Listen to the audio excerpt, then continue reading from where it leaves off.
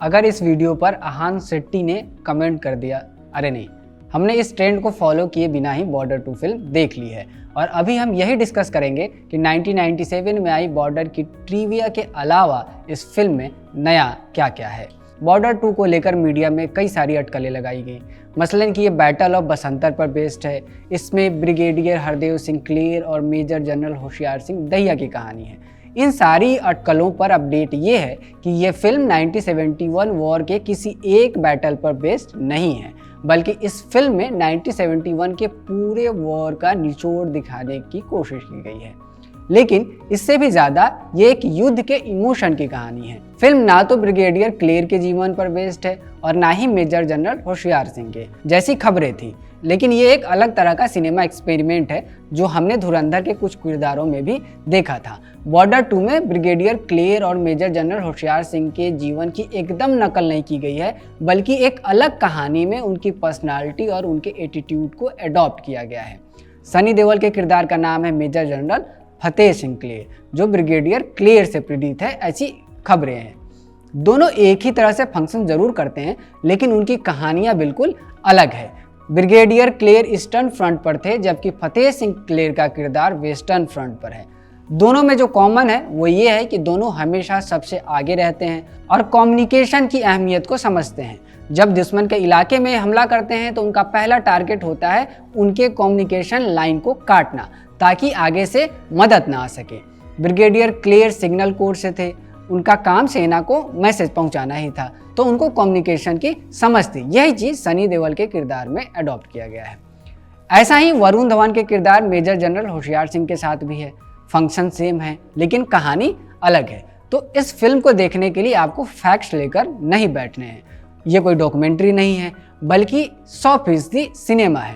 सुनील शेट्टी के बेटे Ahan Shetty navy officer lieutenant commander MS Rawat के किरदार में है और दिलजीत दोसांझ फ्लाइंग ऑफिसर निर्मलजीत सिंह सिखों के किरदार में। तो अब यहाँ आपको मामला समझ आ गया होगा। फिल्म इस ओर ध्यान खींचती है कि किसी युद्ध में नेवी, आर्मी और एयरफोर्स का बराबर रोल होता है। बॉर्डर 2 में समुद्र का मोर्चा अहान शेट्टी के किरदार के जिम्मे है। हवा में ये काम दिलजीत दोसांझ का कैरेक्टर कर रहा है और जमीन पर सनी देओल और वरुण धवन का किरदार। 3 यंग एक्टर्स और एक पुराना मजा हुआ खिलाड़ी। लेकिन इन सब से अलग एक और खास बात है इस फिल्म की फीमेल लीड्स। वो चाहे होशियार सिंह की पत्नी के किरदार में मेधा राणा हो, फतेह सिंह की पत्नी के किरदार में मोना सिंह, सोनम बाजवा हो या अनाया सिंह। स्क्रीन टाइम कम होने के बाद भी इन 4 महिलाओं ने अच्छा काम किया है। इस फिल्म में जितना वजन वॉर का है उतना ही इमोशन का भी है। उदाहरण के लिए जब मैं ये फिल्म देख रहा था, मेरे बगल में बैठे 2 व्यक्ति फर्स्ट हाफ के बाद पूरी फिल्म के दौरान सिसकियां भरते रहे और ये इमोशन वाला जो पूरा भार है वो उठाया है इन 4 एक्ट्रेस ने। मेधा राणा की ये पहली बड़ी फिल्म है। उनका किरदार एक चुलबुली महिला का है जिसकी शादी बचपन में ही हो गई है, लेकिन कई सालों के बाद वो अपने पति के साथ रहने आई है। तो उस चुलबुलेपन के साथ एक शर्मीला स्वभाव भी उनको कैरी करना है। उन्होंने ये किया भी है, कुछ शोले की बसंती जैसी। वो हंसाती हैं, रुलाती हैं और गुड फीलिंग वाली मोमेंट भी क्रिएट करती हैं। मोना सिंह इस फिल्म की वो एक्ट्रेस है जो दर्शकों को रुला सकती हैं, खासकर उस सीन में जब उनके बेटे के मौत की खबर आती है। अब वापस आते हैं अहान शेट्टी, वरुण धवन, दिलजीत दोसांझ और सनी देओल पर। एक सीधा जवाब ये हो सकता है कि बॉर्डर फ्रेंचाइजी सनी देओल की है, जो आगे भी उन्हीं की रहेगी। बॉर्डर की ही तरह उनका किरदार गरजता है, अपने साथियों को उत्साहित करता है और मोर्चे पर सबसे आगे रहकर गोलियां चलाता है और गोले भी दागता है।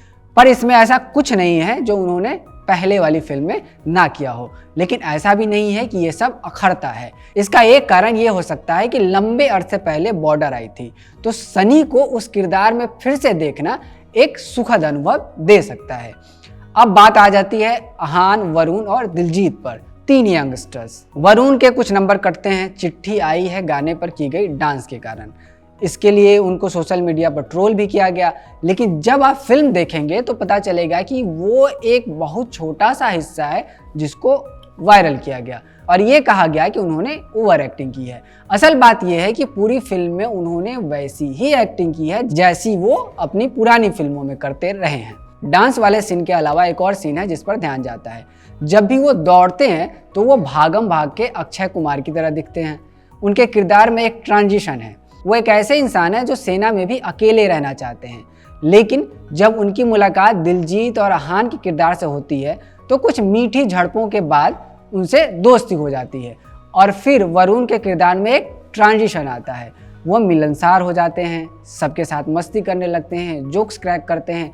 इस ट्रांजिशन को और स्मूथ और क्लियर दिखाया जा सकता था, लेकिन इसके बावजूद सोशल मीडिया पर उनको जिस तरह से निशाना बनाया गया वो थोड़ा ज़्यादा हो गया। फिल्म में दिलजीत की डायलॉग डिलीवरी उनको खास बनाती है।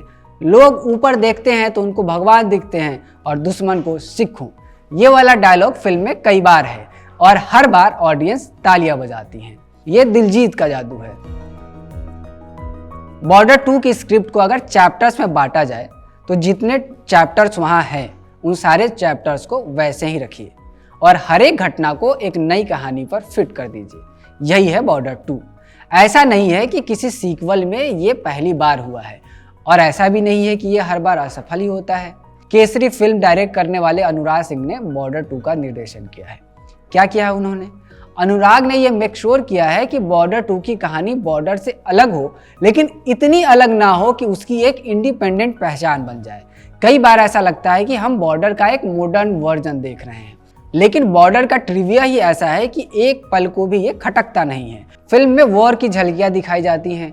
वरुण, अहान, दिलजीत और सनी के किरदार अलग अलग मोर्चे पर हैं, लेकिन फिर एक इमोशनल कहानी बिल्ड होती है। ये तीनों एक छत के नीचे आते हैं, नेशनल वॉर एकेडमी में, जहां तीनों सेना युद्ध की ट्रेनिंग में हिस्सा लेते हैं।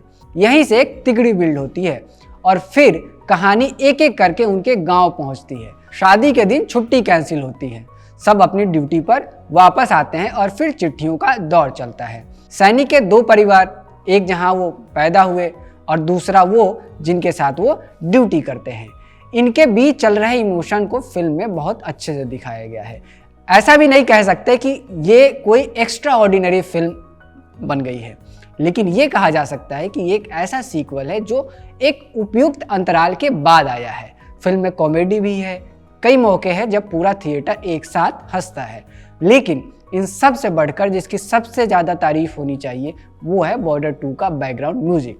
शोर नहीं, एकदम सटल और कारगर, पलकें नहीं झपकने देती और कई बार गूज़बम्प्स भी आते हैं, खासकर तब जब चिट्ठी आई है गाने की पंक्तियां बैकग्राउंड में चलती हैं। कुल मिलाकर बात यह है कि बॉर्डर 2 एक ठीक ठीक सीक्वल फिल्म है।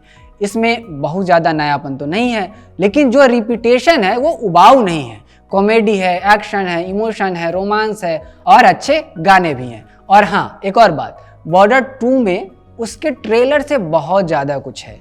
अगर आपने फिल्म देख ली है तो हमें कमेंट बॉक्स में ज़रूर बताइएगा आपको बॉर्डर 2 कैसी लगी। मेरा नाम है रवि सुमन, आप देखते रहिए खबरगांव।